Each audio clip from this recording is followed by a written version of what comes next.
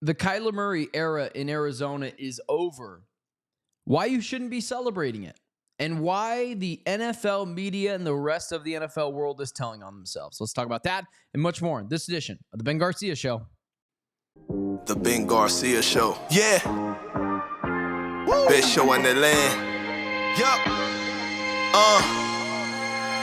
Listen. Come and get your information from Ben Garcia. Get the latest on your quarterback, running backs, and receivers. Tune in, so any other show you don't need them. Any news that he giving out, please just believe him. Giving out the latest prediction and top-notch analysis. Wanna hear the truth, better have thick skin like calluses. The latest move that your team just made can be damaging. The dudes ain't speaking no facts, they just be rambling. Lights, camera, action, turn on the show, go get the cameraman. Yeah. Lights, camera, action, turn on the show, go get the cameraman. The Ben Garcia Show. What is up, guys? Welcome in to yet another edition of the Ben Garcia Show. Do me a favor, hit that like, hit that share, hit that subscribe button. Follow me on all social media platforms at Ben Garcia Show. If you are new here, we are live Monday, Wednesday, and Friday at 8 a.m. talking all things Arizona sports, but particularly dominated by the Arizona Cardinals and the Phoenix Suns. It is a somber day in Arizona.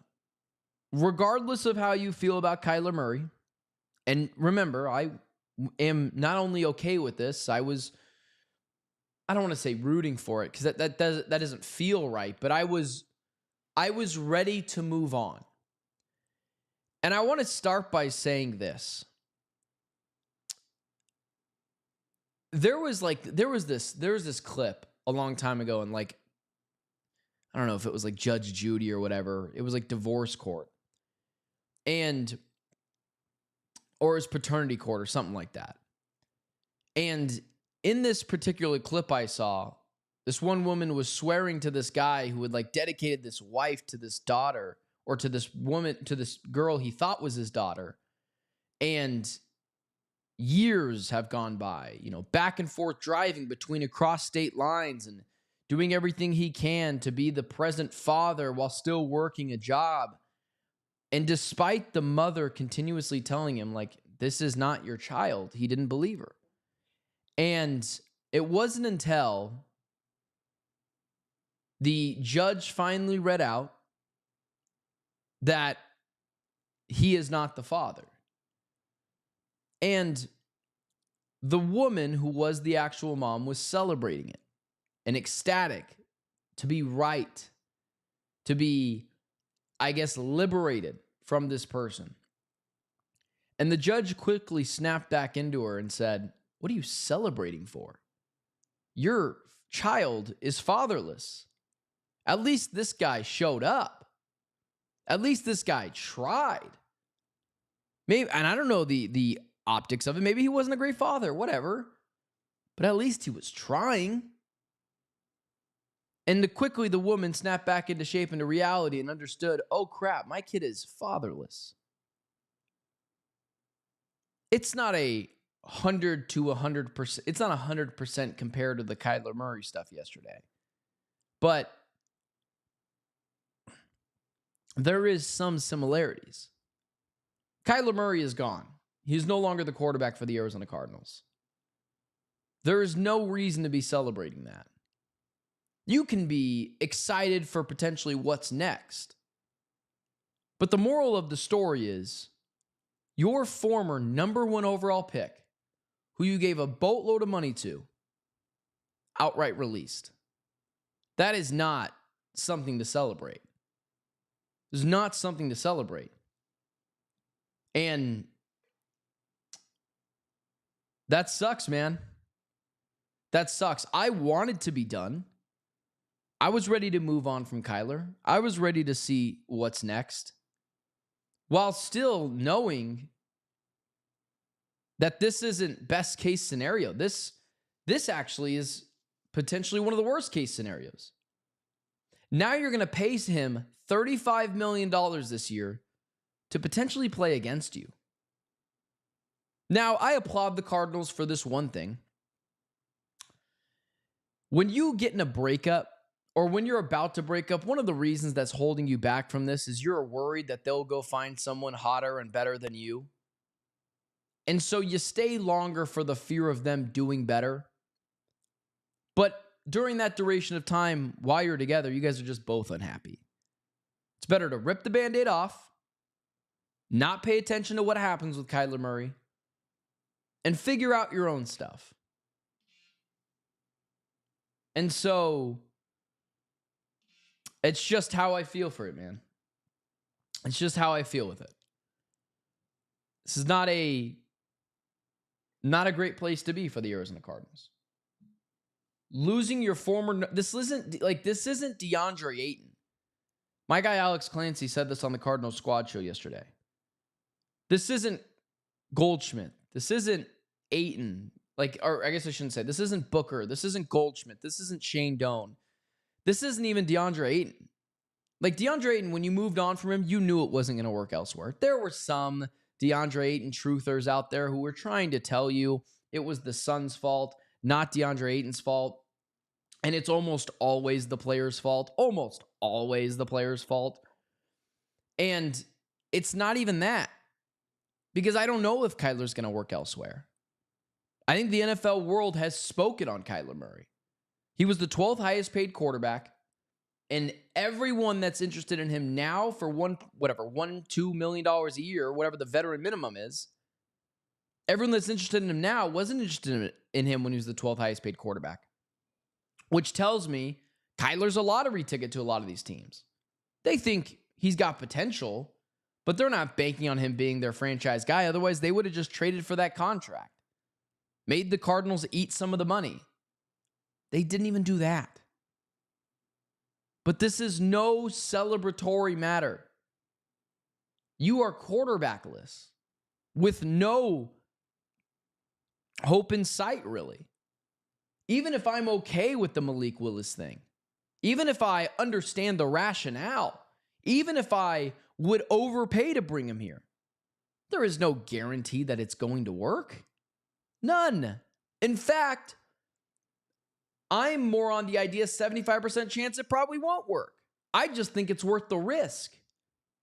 Because 25% to potentially have your franchise quarterback is great. But this isn't a celebratory manner. We're quarterbackless. We have no direction. Your former number 1 overall pick left you. If you are celebrating the departure of Kyler Murray, you are also doing it wrong. Just like guys like myself who were ready to move on,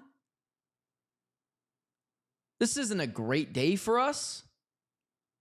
The people out there who tried to tell you Kyler Murray is terrible, who ragged on him every chance he got, this is not a celebratory manner. This is not a celebratory matter. Your former number 1 overall pick outright released. And you're excited about that? With your potential succession plan being $30 million Malik Willis?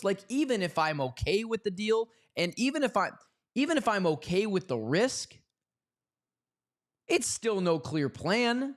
Ty Simpson? Yuck. This next season's going to feature Jacoby Brissett or Malik Willis. Neither one's got a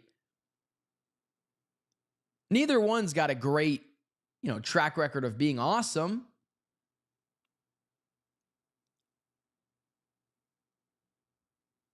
It sucks, man. Truly it does. I wanted Kyler Murray to work out here. I was a believer that there's multiple videos of me saying he's a top 8 quarterback in the NFL. It just never materialized. It just never materialized. And it's not like the Cardinals have something that they can fall back on. This is a garbage organization. This is a dysfunctional organization. It's why when people say the Cardinals failed Kyler, I get it to a sense. It's not completely true, but I get it to a sense. No direction.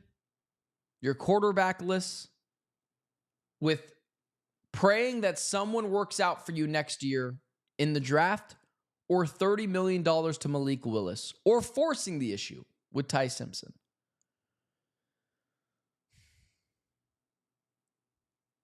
It's not great, man. And I wanted to move on. I wanted to move on, while also recognizing this is not great. This is not awesome. You could be excited for the future while also understand that the Cardinals failed. What would things look like if they drafted Nick Bosa?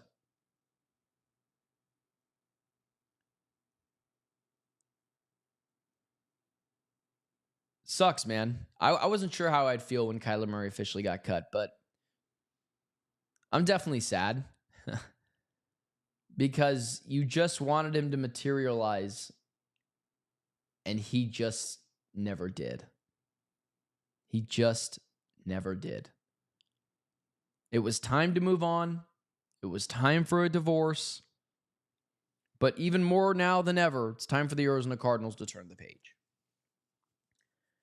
With that being said, there is this notion that the Cardinals failed Kyler Murray.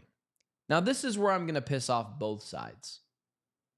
I've already pissed off the Cardinal fans, like my guy Mike Evans in the chat, who told me to stop crying, and that's why I love him, because he lets me have it. Because I pissed off the people who are the Kyler Murray haters. Now I'm going to piss off the people who are the Kyler Murray stans. There's this notion that the Cardinals failed Kyler Murray. I cannot explain to you how ridiculous that ideology is, but I'm going to try to do it. The Arizona Cardinals did not fail Kyler Murray.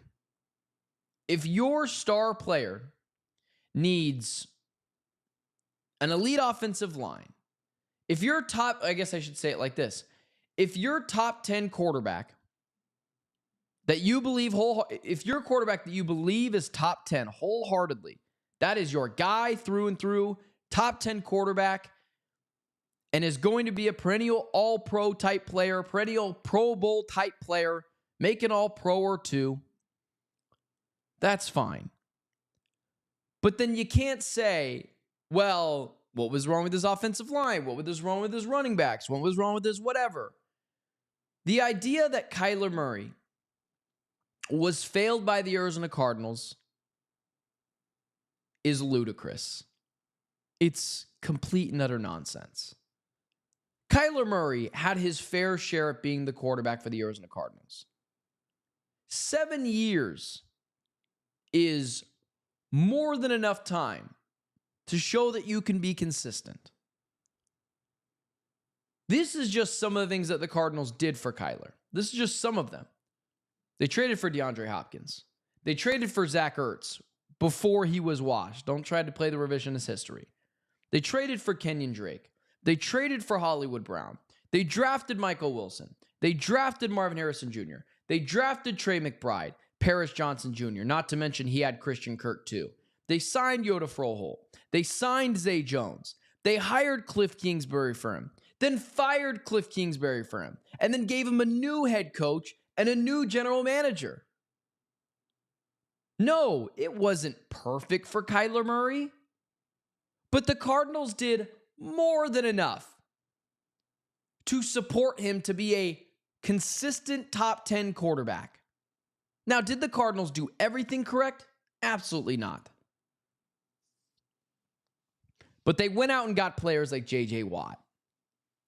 Like, they gave Kyler Murray enough to be successful. And that's the correct question. Not to mention, Kyler Murray took every bit of money he could to handcuff the Cardinals to bring in other players. That is also on Kyler. He could have taken a smaller deal. He didn't want to at the time. It was the second or third highest paid quarterback in the NFL.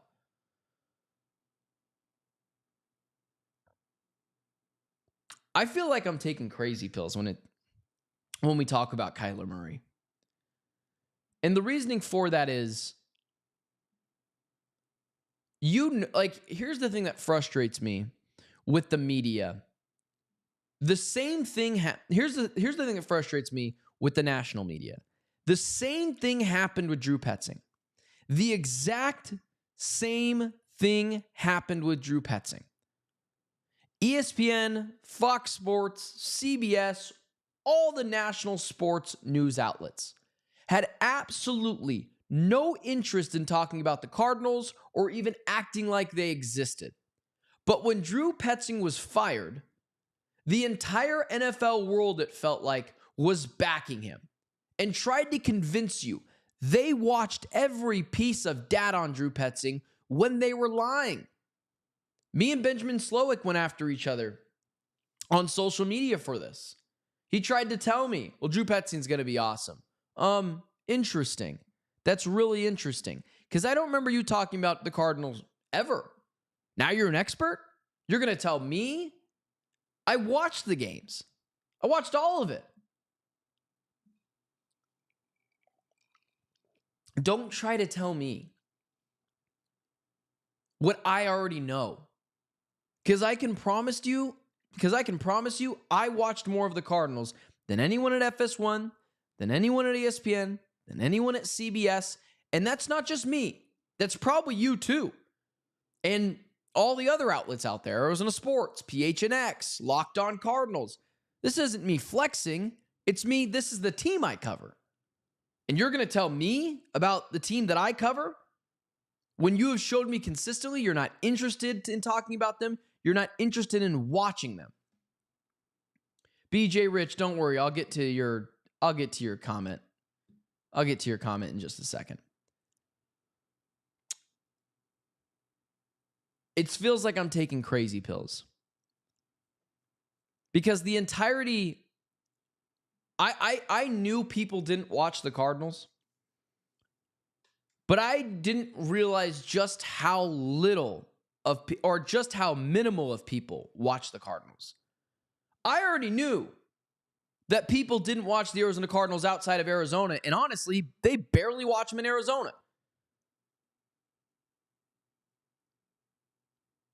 But I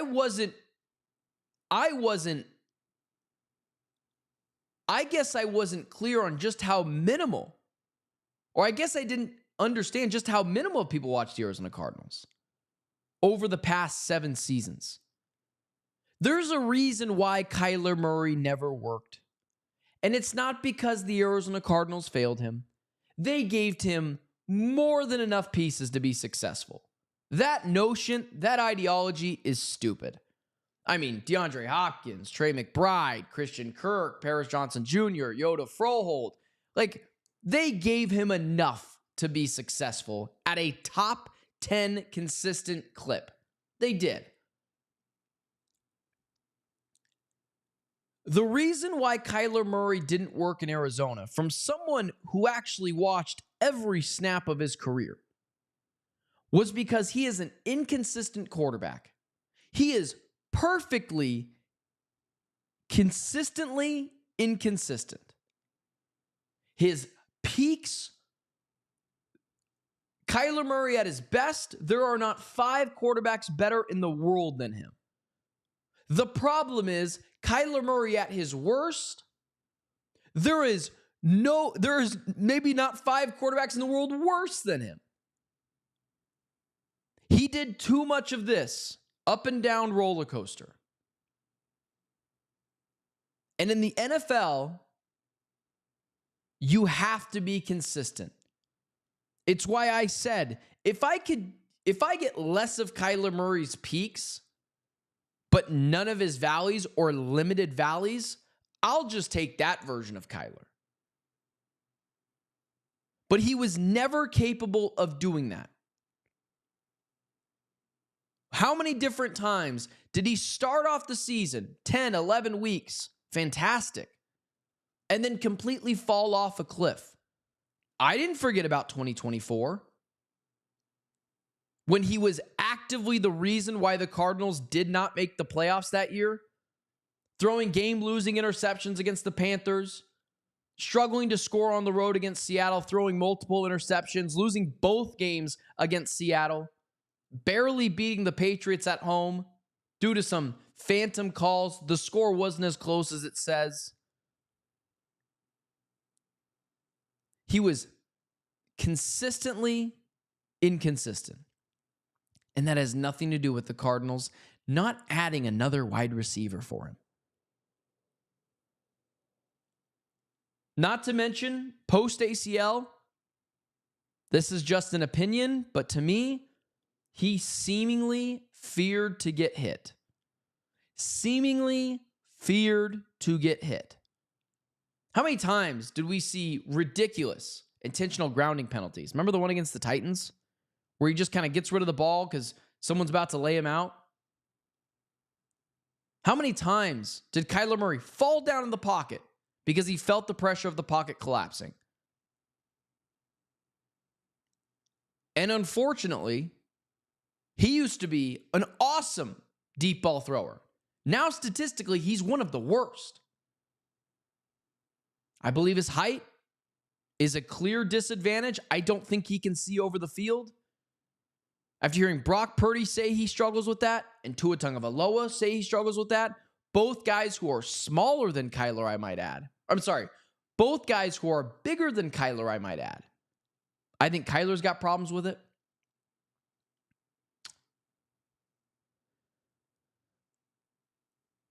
I think his height really was an issue for him. And not to mention, guys, his leadership was terrible. He was not vocal. He was not a leader. The only time he was vocal was when he was screaming at Cliff Kingsbury on the sidelines to chill the F out.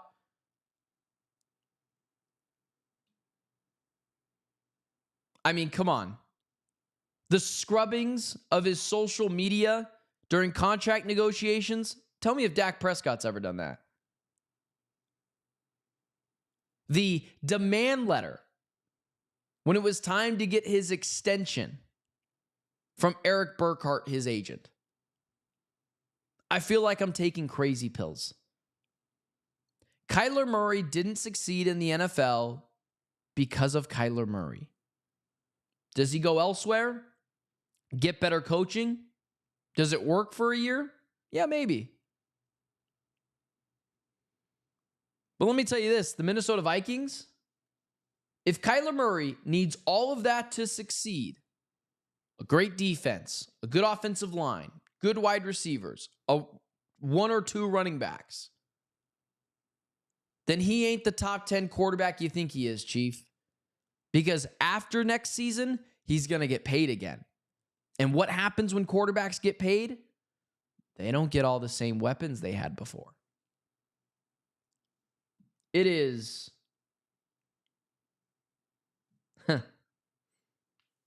It's nauseating. And I cannot stand when the national media is so inauthentic, it hurts. So there's a couple of different avenues with this. Also, this is the other thing I wanted to mention. Kyler Murray always said he wanted to run more. Kyler Murray's superpower is his legs. And post ACL tear, he just never wanted to use them. Ever. He refused to use his superpower. Every year he'd tell us, I want to run more. And I got in trouble last year because I said, that's cool, Kyler. You've been saying this forever. Show me, don't tell me. Not to mention, he bowed out of the playoff game against, he lost to CJ Beathard in a must-win game to make the playoffs in 2020. And then in the following week, he bowed out of a must-win game against the Rams and lost to John Wolford. And the very next season, when he eventually made the playoffs, it took Colt McCoy begging him to go back into the game, and Kyler Murray had his worst performance in that game. The press conference talking about his accomplishments after being paid was ridiculous. Earlier this year, talking about how great he was in high school. That was crazy. That was nonsense. That was lack of judgment. The Pitbull picture, wearing a Michael Vick jersey in the middle of the season. Judgment, judgment, judgment, judgment. Just stop, man. It's got to get so exhausting. It's got to be so exhausting defending this guy all the time. Like it's not DeAndre Ayton levels of defending. It's Kevin Durant levels of defending.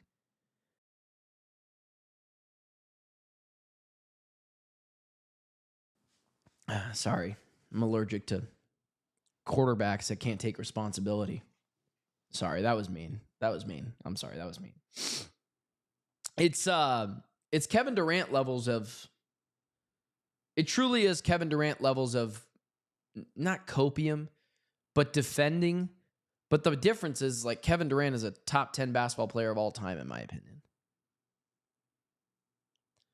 This is it. Kyler Murray is gone. I thought about this long and hard. Will I be rooting for Kyler Murray?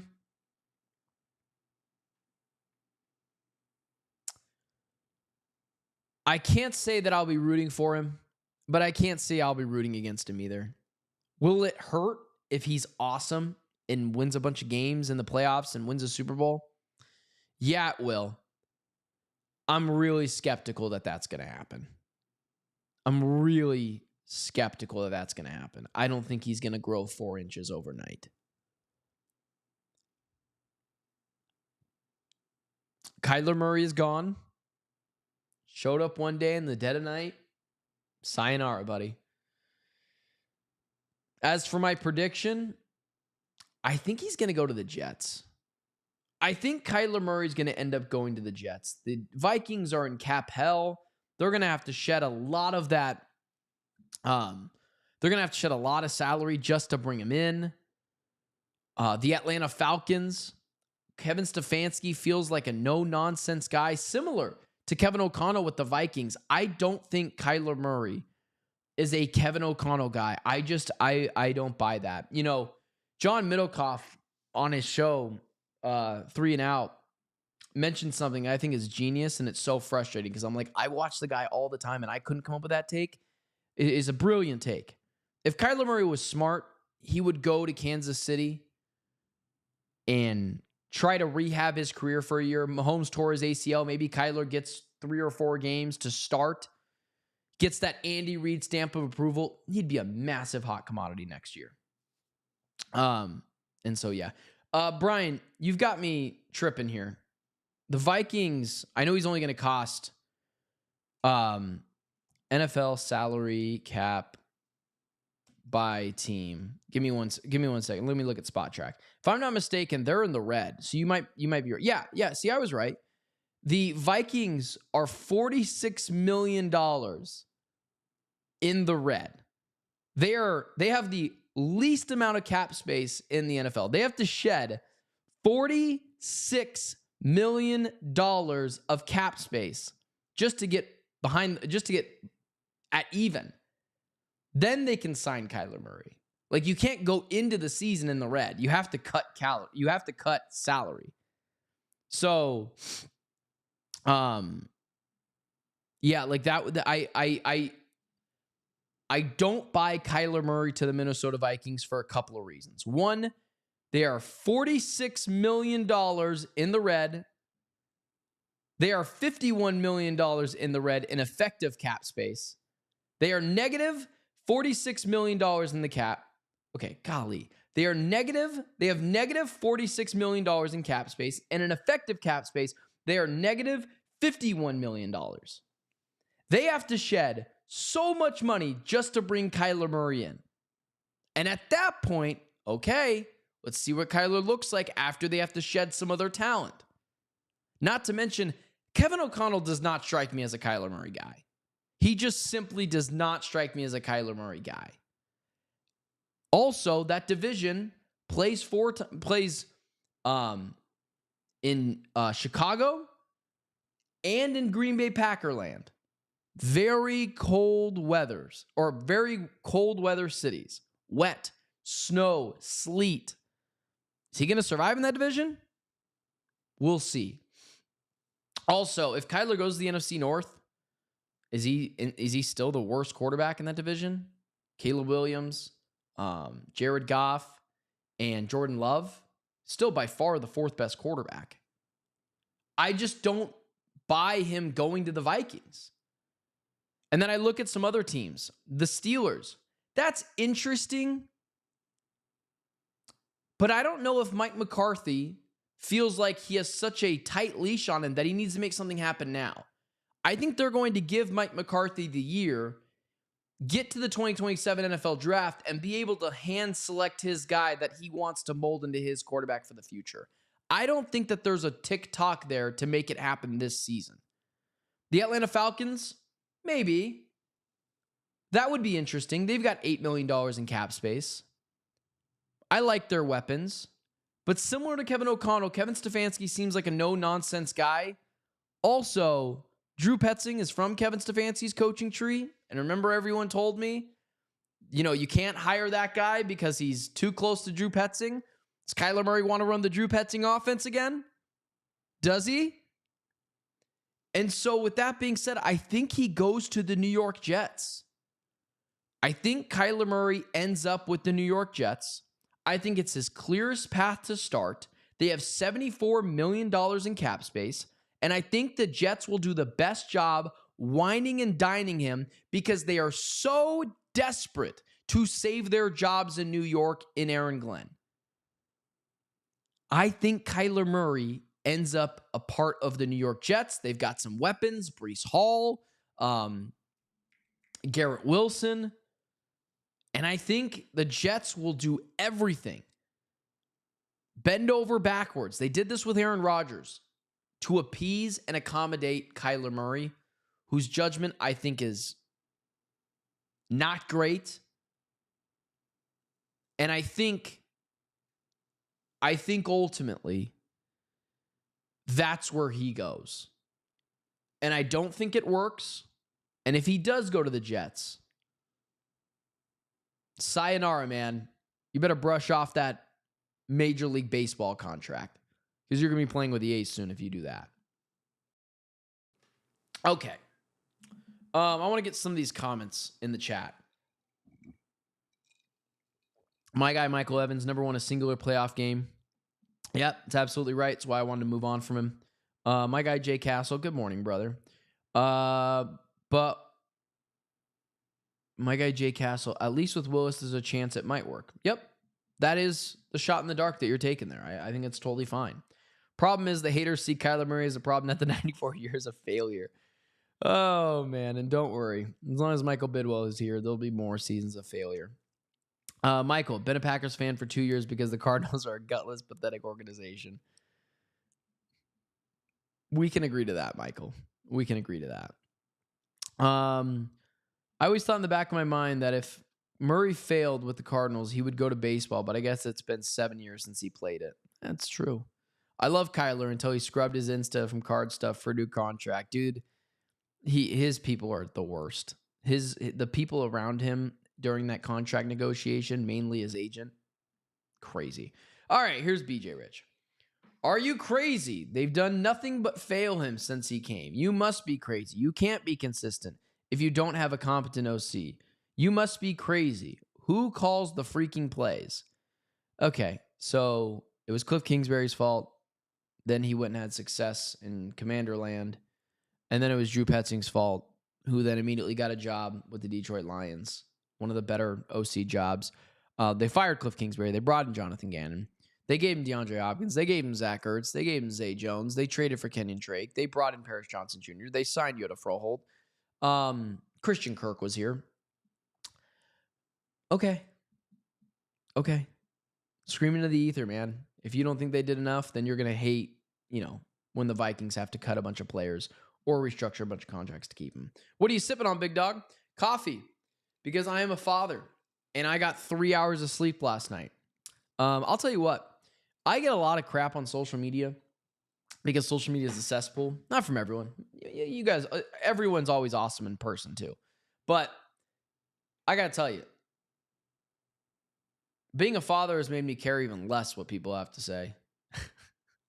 I'm too tired for this crap. So I just really just don't care. But anyways, just a coffee I made.